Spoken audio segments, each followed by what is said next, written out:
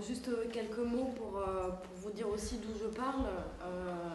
Moi, je travaille dans le mouvement paysan et il se trouve que par ailleurs, j'essaye de suivre la situation. Donc, je travaille en France, mais j'essaye de suivre aussi ce qui se passe en Grèce.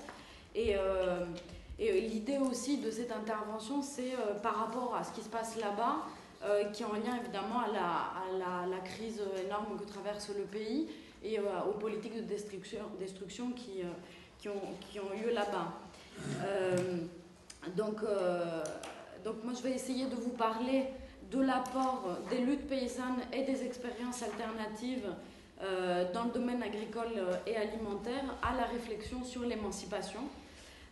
Et cette réflexion est issue de divers débats que j'ai pu avoir, qu'on a pu avoir entre personnes qui militent, qui sont impliquées, engagées dans ces milieux-là, avec d'autres personnes qui sont plus impliquées d'une manière traditionnelle dans la gauche. Et la question qui venait le plus souvent était pourquoi donc je travaille dans la paysannerie? Il n'y en a plus que 3% en France. Ça sert à quoi? Ça apporte quoi? Donc je pense que ça apportait avant quelque chose et d'autant plus maintenant avec le contexte de crise, ça a été dit en introduction, les questions alimentaires et agricoles reviennent au premier plan, y compris dans les pays du Nord. Donc nous pensons, comme ça a été dit, que les questions agricoles et alimentaires se situent sur cette frontière écologique entre écologie et sociale, et c'est en ça qu'elles elles font apparaître des éléments importants. Et nous pensons aussi qu'elles permettent une certaine rencontre entre le mouvement écologiste, paysan et ouvrier, ce qui interroge également, comme le disait Maxime tout à l'heure, ce qui pose la question du sujet justement de l'émancipation. Il y a aussi quelque chose qu'on a l'habitude de dire dans Via Campesina, c'est qu'elles permettent de combiner d'une manière, et je vais essayer de l'expliquer dans mon exposé, les revendications immédiates, c'est-à-dire la défense des travailleurs dans l'agriculture, et le projet agricole global qui pour moi est la souveraineté alimentaire, ce que je vais dire tout à l'heure si j'ai le temps. Donc tout d'abord, quelque chose d'important dans ces luttes paysannes et dans ces expériences agricoles et alimentaires, c'est, il me semble, comme dans les autres luttes écologiques, l'idée de défendre le bien commun qui est en cours d'être privatisé. On le voit dans les luttes contre l'accaparement du vivant, contre la marchandisation du vivant, par exemple en s'opposant au brevet. On le voit également, ça a été dit, dans les luttes contre l'accaparement, l'appropriation des échanges non marchands entre paysans dans le domaine des semences en particulier. Une autre caractéristique qui me semble être très importante dans ces luttes-là, c'est celle de l'urgence, du besoin vital. Ça existe également c'est quelque chose qu'on retrouve, c'est pas du tout exclusif dans les combats pour la santé. Mais donc ces deux caractéristiques-là, la défense du bien commun plus le besoin de satisfaire ses besoins vitaux, donne une force spécifique à ces luttes paysannes, à ces expériences agroécologiques, si on veut, locales, qui est la caractéristique d'unification de différents groupes sociaux qui peuvent par ailleurs, ce qui est le cas en Grèce, être très peu structurés, en tout cas peu structurés de la manière avec laquelle on l'entend par exemple en France, c'est-à-dire en termes de salariat, etc. Donc concrètement, ça permet la rencontre des femmes au foyer, des chômeurs, des petits commerçants, des artisans et d'une manière générale des citoyens. Et ce n'est pas du tout une question annexe, en tout cas dans une période de crise majeure où la disparition relative du salariat est à l'ordre du jour et ou comme dans d'autres situations, comme en Grèce par exemple, où il s'agit quand même d'un pays où le salariat n'est pas premier, quoi. Enfin, c'est plutôt le statut d'auto-entrepreneur qui organise la société. Donc juste pour donner un exemple, je suis désolée, je peux pas aller en profondeur dans les exemples qui sont... mais on pourra en revenir dans la discussion si on a un peu de temps. Vous avez peut-être entendu parler de la révolution des patates en Grèce. Il s'agit d'un mouvement de masse, de grandes échelles, pour aller très vite, de vente directe entre producteurs et consommateurs. On pourra revenir dessus pour ceux qui ne savent pas de quoi il s'agit. Et ce que je voulais souligner par rapport à cette révolution des patates, outre le fait donc, que ça permet de répondre à un besoin vital de manière rapide et efficace pour l'instant, c'est que ces expériences-là, cette expérience-là en particulier, la question alimentaire, permet la création de liens de solidarité inexistants auparavant ou très peu existants entre des groupes sociaux qui ne se côtoyaient pas. Par exemple, là en l'occurrence, citadins et campagnards, et également aussi la création, elle permet la création de formes d'engagement qui dépassent les catégories socio-professionnelles habituelles, ce qui est, je le répète, quelque chose de très important quand on ne peut pas s'engager comme on peut l'entendre quand il y a des structures sociales encore existantes. Un autre exemple complètement différent, pas du tout lié à la crise, c'est l'exemple de la garantie participative. Alors, la garantie participative, enfin les systèmes de garantie participative sont des systèmes de décision participative, donc entre, en l'occurrence, paysans, producteurs et consommateurs. C'est le système qu'a adopté Nature et Progrès bien avant le cahier de charges d'agriculture biologique européen. Ce sont également des systèmes qui sont très répandus au Brésil. Ils concernent plusieurs millions de producteurs. Et maintenant, sont des systèmes aussi qui sont utilisés pour garantir la qualité d'un échange de type AMAP, panier paysan, etc. en France. Donc ces systèmes-là consistent en une démarche très locale qui consiste à favoriser le progrès et non pas de pénaliser. Et donc de certifier, non pas de certifier justement, de garantir la qualité d'un mode de production, de commercialisation. Pourquoi c'est important et pourquoi on gagnerait à connaître ce genre de système? Il me semble que ces systèmes-là donnent des idées, donnent des bribes d'organisation possibles dans une autre société qui remettent en cause quelque chose qui est très répandu dans nos milieux, c'est-à-dire le rôle central, coercitif et excluant de l'État. Toi, tu travailles bien, toi, tu travailles pas bien. Là, il s'agit de systèmes qui sont démocratiques, participatifs, locaux, qui permettent d'avancer, de prendre des décisions à une échelle décentralisée. Je pense que ça apporte quelque chose d'important par rapport, et ça interroge par rapport à ce qui a été fait dans le passé. Un autre exemple qui me semble très parlant, et ça peut peut-être sembler paradoxal à certains, c'est la lutte pour défendre ce qu'on appelle dans notre jargon les outils de transformation locaux, et plus particulièrement les abattoirs locaux. En ce moment, en Europe et en France en particulier, la mode c'est à la concentration des abattoirs, des petits abattoirs, en un grand abattoir régional, ce qui pose des problèmes d'acheminement, y compris de bien-être animal, très importants. Ces luttes-là sont importantes dans le mouvement paysan français. Et pourquoi sont-elles importantes pour notre réflexion sur l'émancipation? C'est parce que ces luttes-là, et c'est vraiment très clair, unifient les acteurs ruraux, les maires, les communautés de communes, etc., les artisans, les petits commerçants, donc les bouchers, y compris les petits épiciers, etc., les petits et moyens agriculteurs, et en faisant et là, il y a la question de classe qui traverse la paysannerie parce qu'elle concerne ces outils de transformation locaux sont destinés à la petite production. C'est inintéressant pour les gros paysans qui, évidemment, ont tout à gagner à aller dans le gros abattoir. Et aussi les salariés des abattoirs sur deux aspects, l'emploi et les conditions de travail. Et ce que je voudrais souligner là, c'est que la bataille pour la relocalisation de l'agriculture, dans une perspective écologiste et sociale, éclaire un autre pan de la question de l'émancipation qui est celle du métier bien fait.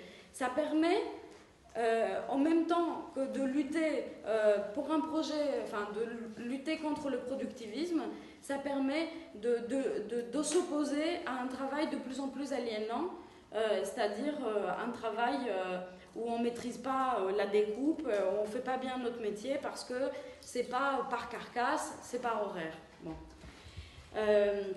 Un autre apport important des luttes paysannes et des expériences agricoles et alimentaires alternatives, c'est la question de la propriété privée.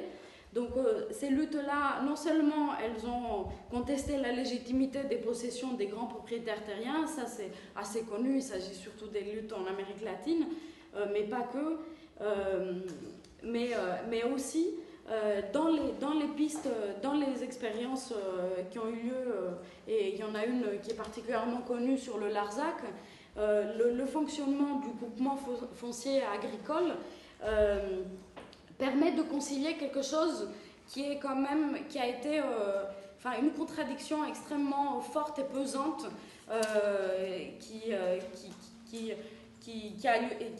a trait aussi à la question des collectivisations et comment on gère les terres agricoles, qui est d'une part de remettre en cause la propriété privée et d'autre part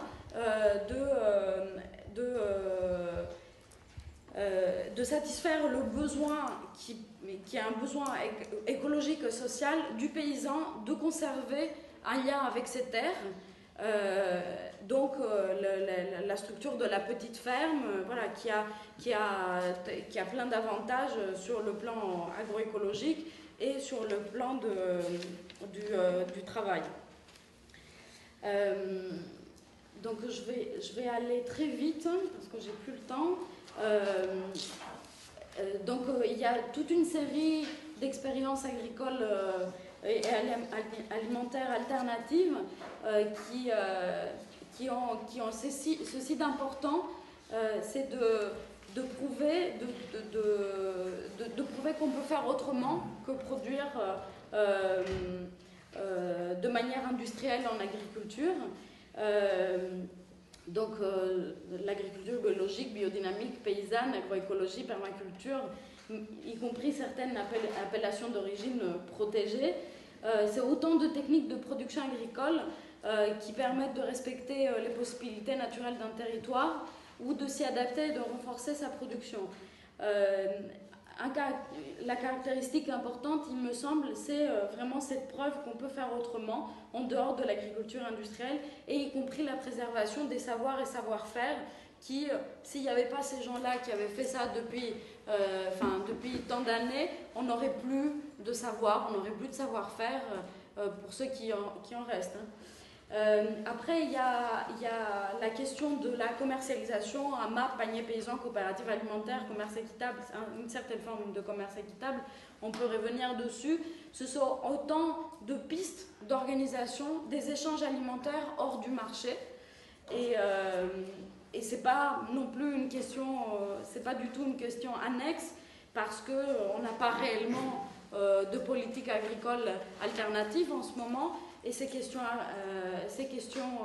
restent ouvertes et interrogent notre projet d'émancipation du point de vue du productivisme, mais aussi de la planification.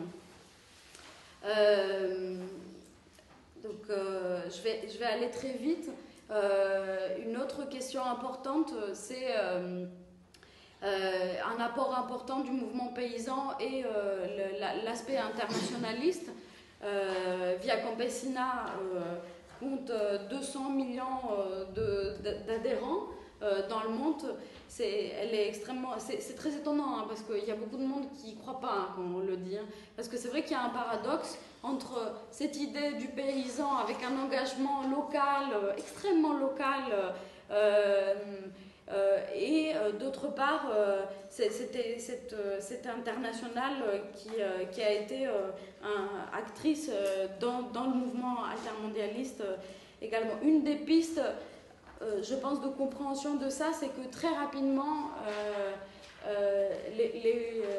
à partir du moment où l'agriculture a été intégrée dans l'OMC, le mouvement paysan s'est rendu compte